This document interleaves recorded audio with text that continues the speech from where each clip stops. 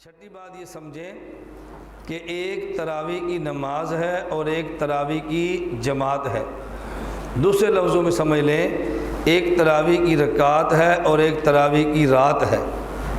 ایک تراویح کی رکعت ہے اور ایک تراویح کی رات ہے۔ ایک مسئلہ تراویح کی رکعتوں کا ہے، ایک مسئلہ تراویح کی راتوں کا ہے۔ 20 رکعت تراویح حضور اکرم صلی اللہ علیہ وسلم کی مبارک سنت ہے۔ 20 رکعت تراویح حضور اکرم صلی اللہ علیہ وسلم کی مبارک سنت ہے، اور پورا مہینہ تراویح کی جماعت یہ حضرت عمر فاروق رضی اللہ تعالی عنہ کی سنت ہے۔ تراویح 20 رکعت رسول اللہ صلی اللہ علیہ وسلم کی سنت ہے، اور پورا مہینہ جماعت حضرت عمر بن خطاب رضی اللہ تعالیٰ عنہ کی سنت ہے۔ یہ وضاحت میں نے اس لیے کر دی ہے کہ جب اس کی وضاحت نہیں ہوتی تو ہمارے اپنے ساتھی بسا کا دھوکے میں پڑ جاتے ہیں۔ جب کسی غیر مقلد سے بات ہو تو عام آدمی عنوان یہ اختیار کرتا ہے کہ 20 رکعت تراویح حضرت عمر کی سنت ہے۔ تو حضرت عمر سے زیادہ سمجھتا ہے؟ حضرت عمر دین کو نہیں سمجھتے تھے؟ کیا وہ بدعت اختیار کر سکتے تھے؟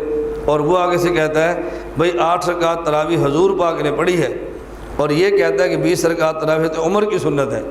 اب ایک نیوٹرل آدمی کو، غیر جانبدار آدمی کو ثالث بنا لیں تو وہ فیصلہ اس بات کا دے گا کہ جب ایک مسئلے پر ایک عمل حضور کا ہے اور ایک عمل حضرت عمر کا ہے، ہم حضرت عمر رضی اللہ تعالیٰ عنہ کے عمل کو غلط نہ بھی کہیں تو یہ تو ضرور کہیں نا کہ حضور کا عمل بہتر ہے۔ اس میں پھر عام آدمی کو بات سمجھانی مشکل ہو جاتی ہے۔ اس لیے بات اچھی طرح سمجھ لیں کہ 20 رکعت تراویح حضرت رسول اللہ صلی اللہ علیہ وسلم کی سنت ہے، اور پورا مہینہ رمضان حضرت عمر کی سنت ہے۔ 7ویں بات، جب آپ یہ کہیں گے کہ 20 رکعت تراویح حضرت عمر رضی اللہ تعالی عنہ کی سنت ہے، تو پھر غیر مقلدین آپ سے ایک سوال کر دیں گے، آپ یہ بتائیں کہ حضرت عمر رضی اللہ تعالی عنہ نے 20 رکعت تراویح پڑھائی ہے، ہمیں ثبوت پیش کریں۔ جب حضرت عمر کی سنت اور ہمیں بتائیں حضرت عمر نے کتنی بار یہ تراویح پڑھائی ہے۔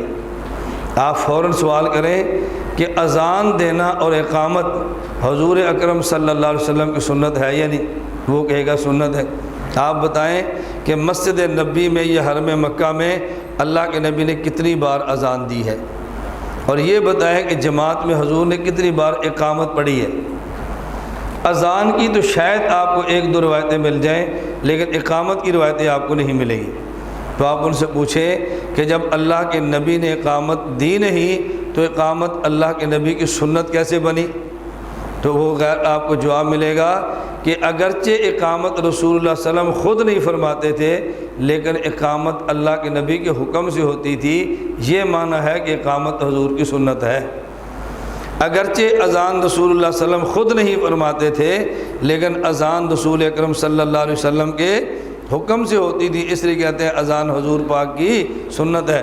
تو آپ کہہ دیں 20 رکعت تراویح کی جماعت اگرچہ عمر رضی اللہ تعالیٰ نے خود نہیں کراتے تھے، لیکن 20 رکعت تراویح کی جماعت حضرت عمر کے حکم سے ہوتی تھی، اس لیے ہم کہتے ہیں 20 رکعت تراویح کی پورا مہینہ جماعت حضرت عمر کی سنت ہے رضی اللہ تعالیٰ عنہ۔